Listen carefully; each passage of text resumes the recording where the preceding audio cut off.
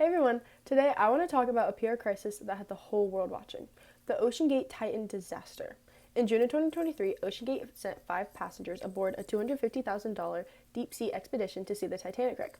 But what was meant to be a thrilling adventure turned into a tragic disaster when the ship imploded under extreme pressure. This event didn't just spark conversations about deep sea tourism and safety, but it also became a case study on how not to handle a PR crisis. So let's break it down. The Titan submersible lost contact with its support ship on June 18th of 2023. This kicked off a massive high-profile search and rescue mission, and according to the New York Times, multiple agencies, including the U.S. Coast Guard and Canadian officials, were involved. For days, the world worried about the ship until debris was found, confirming that it had imploded. Now, here's where OceanGate's PR response started to fall apart. Instead of being transparent, the company remained vague, offering little to no information to the public and to the victims' families. So their CEO, Stockton Rush, who was aboard the Titan, also had a history of downplaying safety concerns, and CBS News reported that in 2023, Rush had previously dismissed warnings from experts about the ship's structural integrity.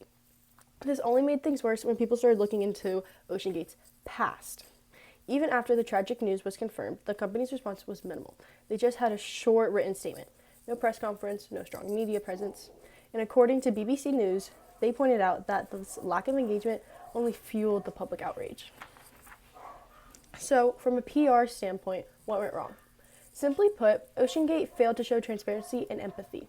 Instead of taking charge of the story, they let speculation and criticism control it. They could have handled this crisis so much better.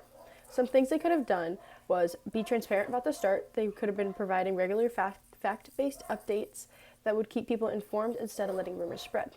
They should have had a strong spokesperson, someone who could communicate clearly and show compassion rather than having the public in the dark.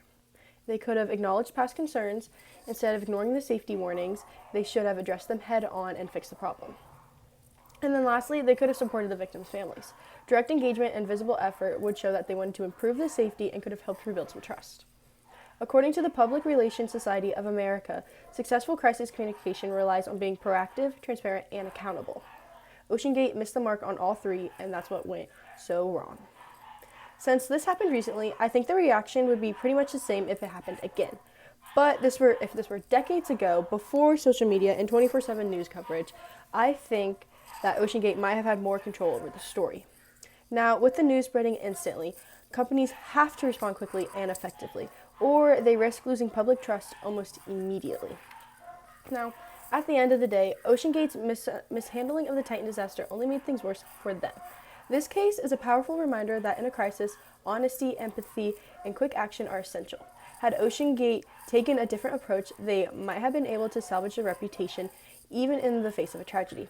Like Forbes noticed in their analysis, a well-handled response can sometimes soften the damage, but OceanGate's lack of transparency only fueled skepticism and anger. So what companies can learn from this is that if you're ever in a PR crisis, own the story, be upfront, and don't underestimate the power of public perception. Thank you.